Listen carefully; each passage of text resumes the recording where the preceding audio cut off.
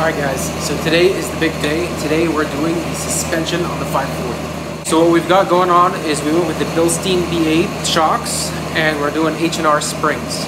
So I wanted to go for something like a ride comfortable suspension but still have some sportiness in the sedan. So like a sports sedan but comfortable at the same time. And I think this was the best option I could go with.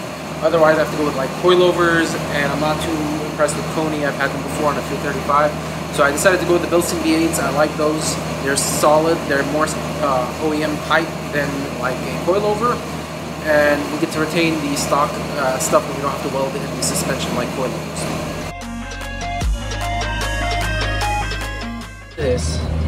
But all this back part's already new. I already took care of the control arms.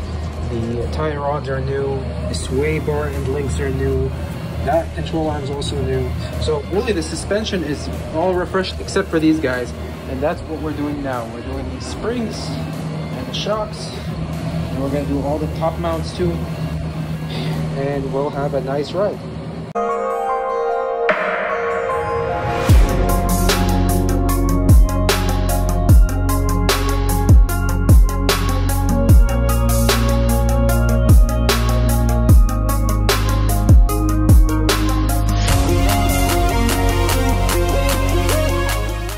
Want to see the quickest way to get a concussion? I'll show you. But make sure to never ever do this at home. It's a really, really stupid idea. Go get yourself a spring compressor and do it correctly. Whoa. So that's dangerous. Rubber is not just useful for burnouts, you can actually use it to dampen your ride, and that's what BMW does. They put a bunch of rubber in places that rubber doesn't need to be in, but anyways, you should replace it while you're doing everything, and now it's going to ride really nice.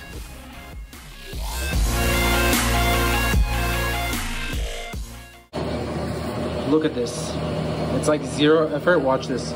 With my thumb, just goes down and gets stuck. That's so wild. No wonder this thing is so bouncy. It's like barely an effort and it goes and moves. That's crazy. Okay, well now I need to go get a tool for this guy and then we'll be back and this rubber bit can go bye-bye. Every mechanic's favorite tool is the blowtorch because it always gets the stuck nuts out. But in this case it doesn't really work out for us, so we're gonna have to try something else.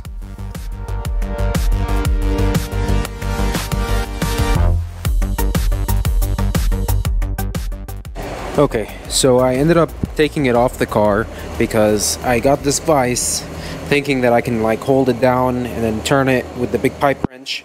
The problem I ran into, even with the vise and the pipe wrench, is I have nothing to mount the vise into.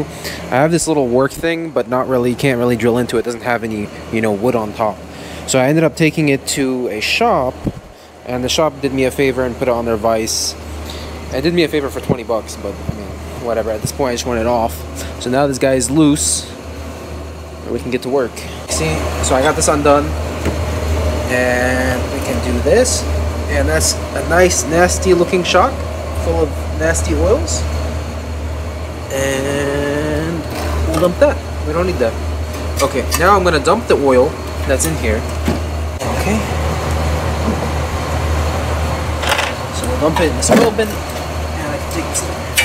And it's gonna hurt my back.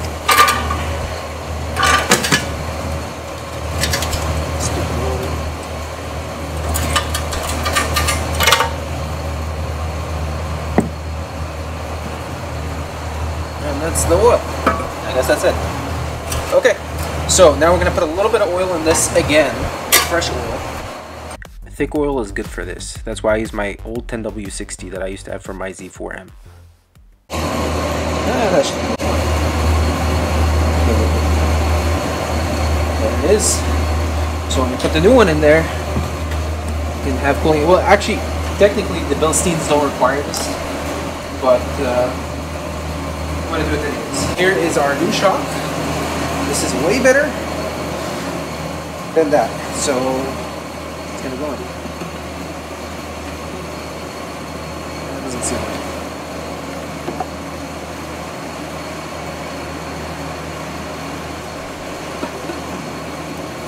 Oh, that's right. Okay. Don't make it thinner.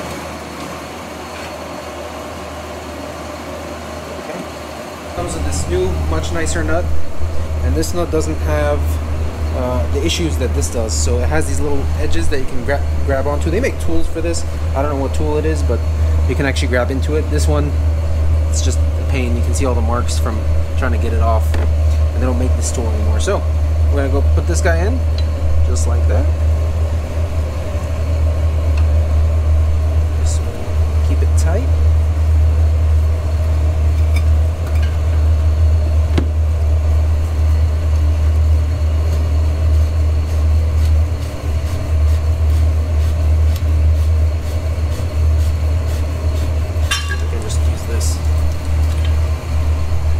Scratch it a little bit, but this will be tight.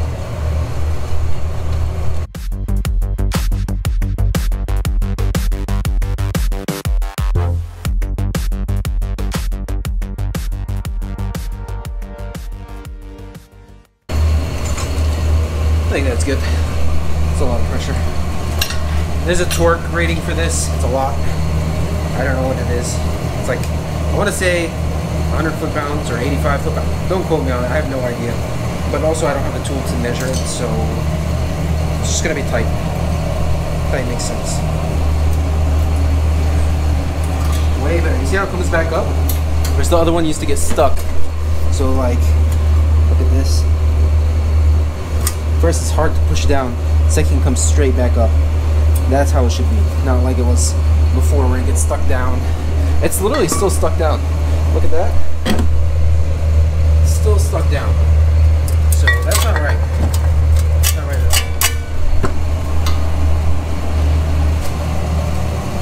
So this is the lower pad. Brand new. You want to go with new pads all around, so that way you don't have any issues with vibrations or sound or anything like that. Here's our new spring, which is going to go something like this. H&R spring.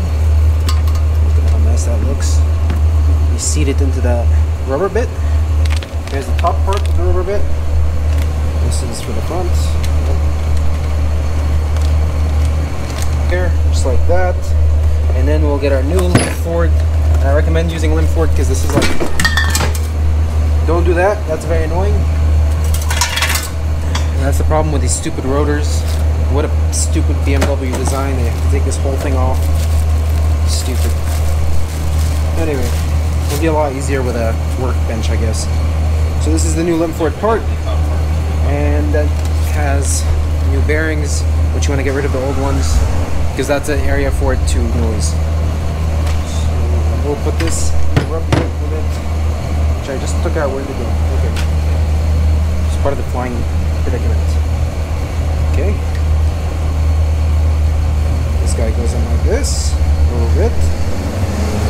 And you should get a new nut. It should look like this. That comes with the Bilstein kit. Replaces the old nut. And then we put this, well, let me realign this. When it fell, moved out of the way. So this goes like this. Perfecto. And the rubber bit. Then we do this.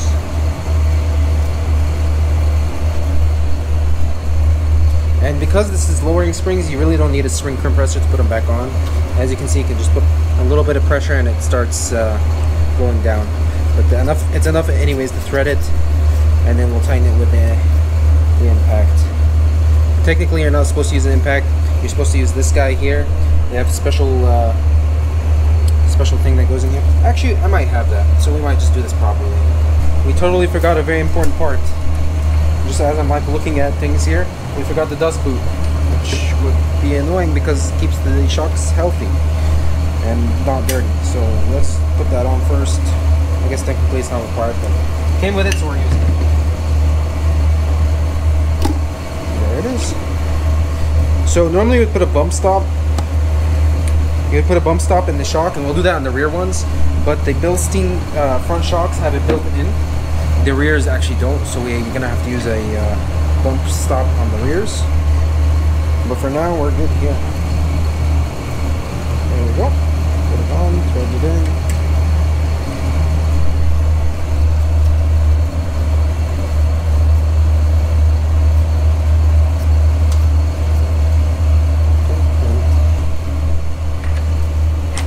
hold it from the downside to see if it moves. When it starts moving, I want to stop because it will damage the shock.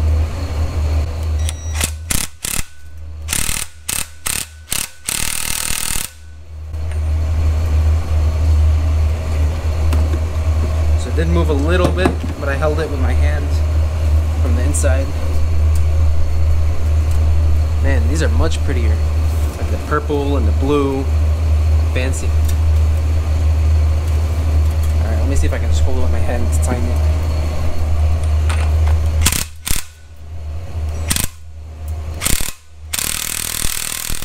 With everything taken apart, it's a great time to clean up the wheel well and all the components. I use a brush attachment with some wheel cleaner to clean everything up.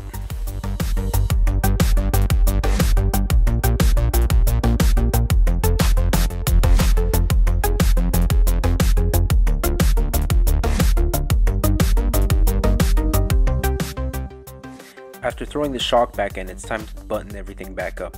Remember, torque specs are for professionals. That's why you won't see me doing any of those. I just tighten everything so it can never come back off again.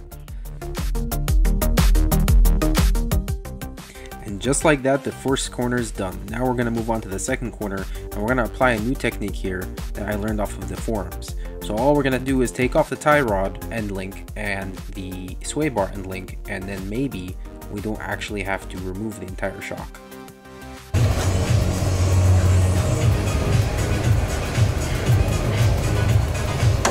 Okay, so some genius on the forums told me that if I hook it back up to the top half here, this one, just a little bit, very loosely, then I can get pressure here on this little nut, and I don't have to repeat what I did last time and take it to the shop. And he was right. Just put some pressure on it and it came straight out. Now it's loose and I can do it by hand. Way better. Wish I knew about that before.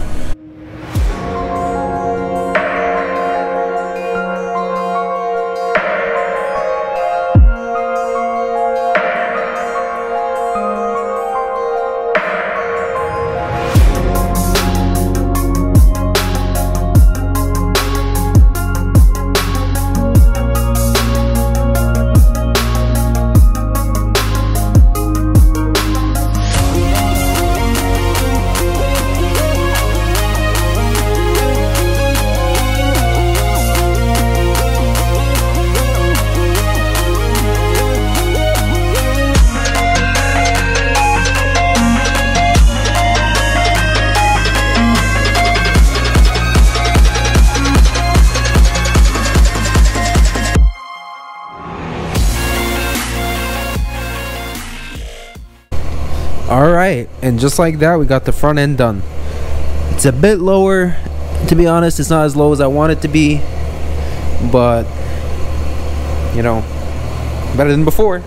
So something funky about this car, it always sat, it's kind of hard to tell in the garage, but it always sat slightly angled, and I think that's because one of the sides, so this side's lower than that side, one of the sides is actually, I think the shocks have busted on them, the top mount, and I think it's collapsed. So this is going to be a really nice fix. It's going to drive way better now.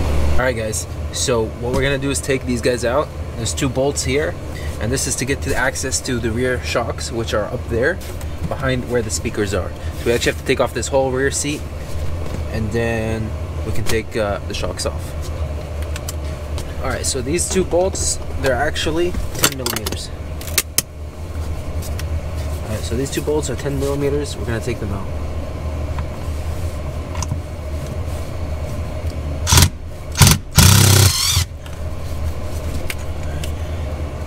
That's one.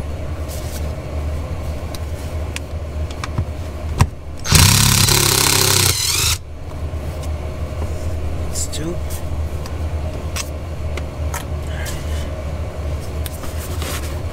Take this out. Now we got to take the bottom cushion off. Just snaps off from the bottom, and then you can pull out.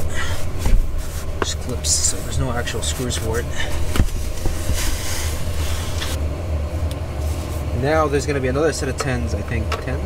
Yeah, another set of 10. There should be, let's see, just one here, and then one on that side. They're just plastic tins, so be careful with those. You don't want to strip them. So here's what they look like. They're these guys right here, and they go right there.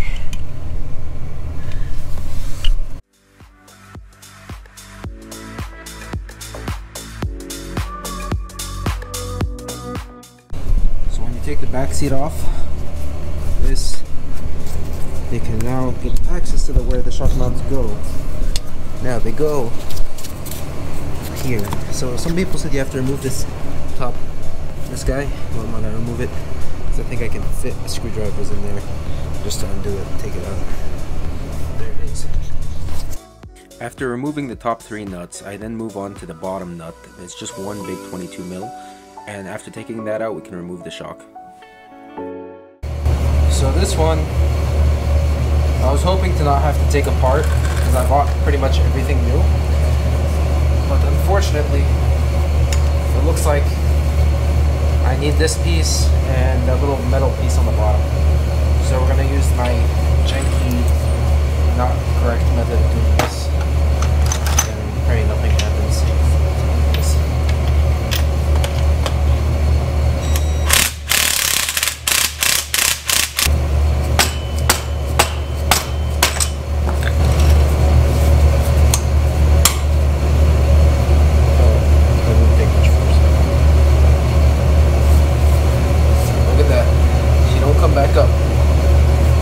Nothing but crap. So I got the new stuff in, and remember, use quality parts for the most part. Like the important stuff like top mount, you don't want to replace these, and they're very gentle or fragile already, so I'll go with the cheap part. This is by Bilstein, Bilstein. So that's good. I got some new bump stops. Those are Euro, which I'm not a fan of that brand, but you know, for rubber parts they're fine. This is just a rubber that goes there. So it comes in this kit from Bilstein, and you just go like that. Part 1 done. Part 2 is this little guy, which I think I might have to hammer in.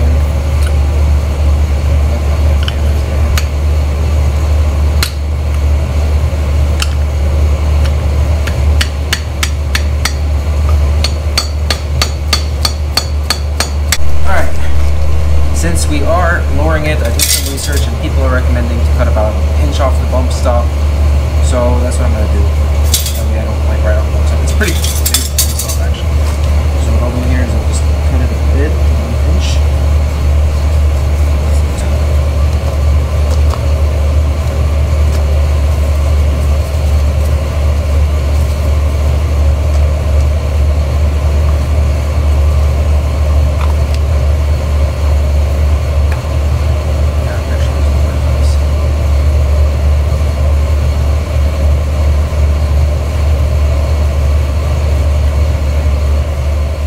After putting it together, we used the 17mm nut that the kit came with to tighten it back up. And I don't suggest using an impact, but that's what I did. It didn't really spin around, so I don't think I had a problem.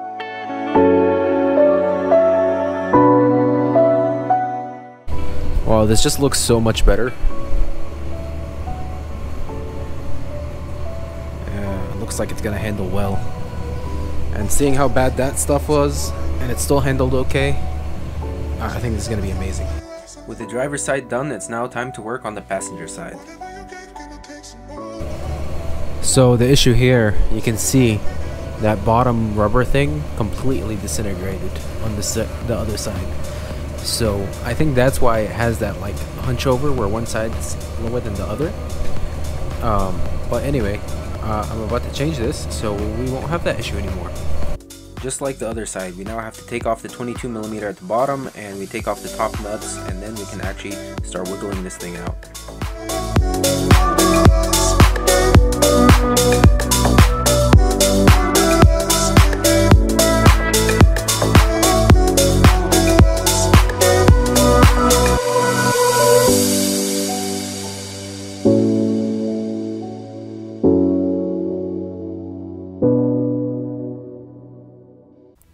And finally, the results are in. The thing looks pretty darn sick. I would like it a little bit lower, but man, sure turned out pretty good.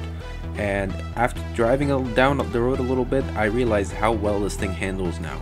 And I knew that because I've had many E34s with good suspension on before. This one just didn't happen to be one of those. But now we have great suspension. So this car is ready for all sorts of trips, and I want to take it to Tail of the Dragon. If you guys like this video, please like and subscribe, and that helps me out a lot, and next time I'll make you guys more videos.